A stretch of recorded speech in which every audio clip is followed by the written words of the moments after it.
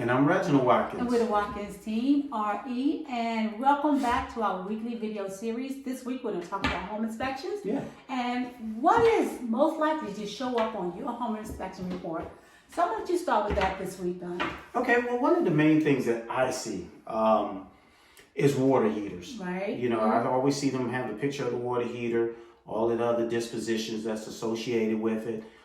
So one of the things you want to make sure, and what they show on the report a lot of time, and then what the inspector is looking at is one, the age of the water heater, if there's any leaks around it, serviceability, the way that it's vented to the outside to make sure no carbon monoxide can come back into the home, and just making sure that, especially if it's gas, we're talking about, but also making sure there's no loose wiring connections. And then they have codes that have been upgraded now to make sure you have expansion tanks on them, and they usually will put that in the report if they don't have it. But that's just a few of the things that I've noticed that they say about water heaters. Okay. What about you next? Well, I can say windows. Okay. Windows. The first thing they look at when you walk into a house and the window is either foggy, you can't see out of it, and you might think that it's dirty, but actually it could mean that a seal has been broken, which causes a lot of humidity and moisture to get into the window. So that's that condensation I usually see right on one of the edges or corners. Yes, and that's funny because it usually starts in at the edge of the corner, but I've seen one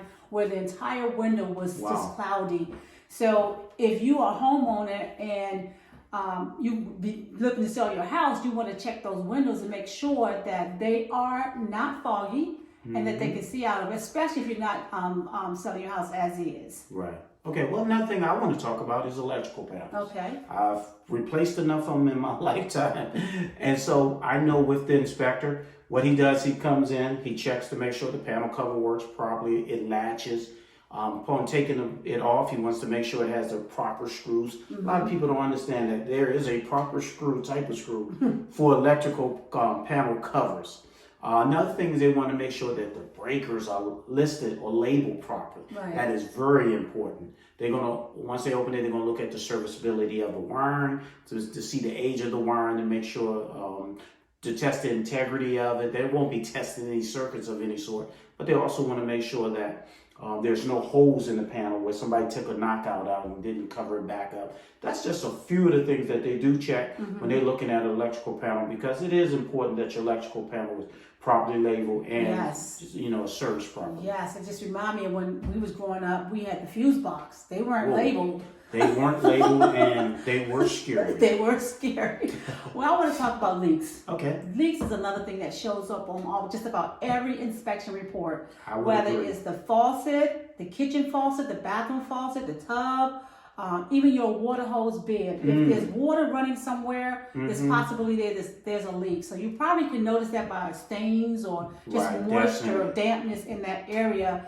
And for some reason, the home inspector goes to these things, then he knows exactly what he's looking for. And if he sees a stain, whether the stain is old, he's going to look at it as like it was leaking at one time before, and it has the potential of leaking again. That's right. So it is a sign that there's a leak or presently, or there's a leak that happened in the past. So if I was you, I would clean up those stains, especially if you don't have a leak. If you do have a leak, contact the plumber. Yeah. All right. What about plugs and switches?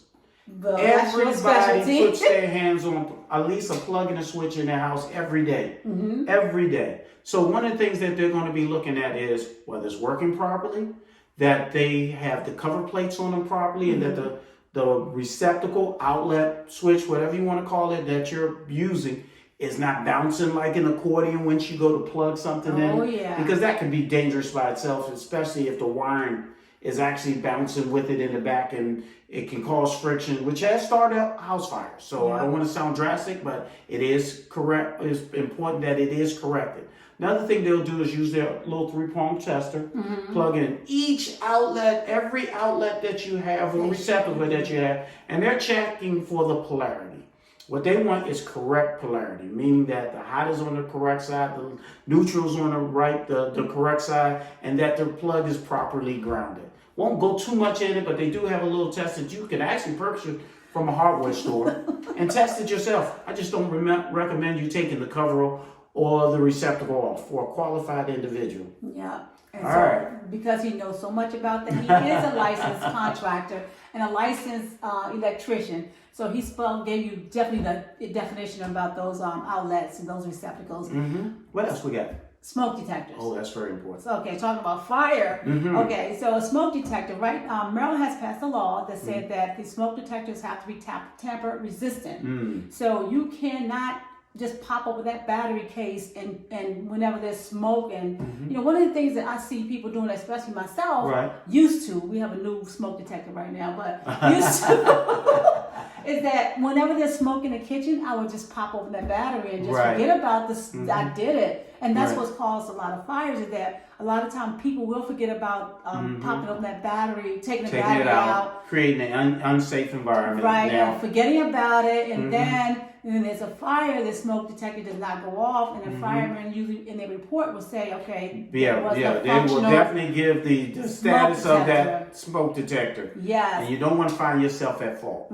So with the smoke detector, you make sure you have an updated smoke detector that is tamper resistant. And what you can tell is that the new smoke detectors, you have to have a screwdriver to actually open the battery case. So smoke detectors is number 6. So we've given you 6 Quite things. a few.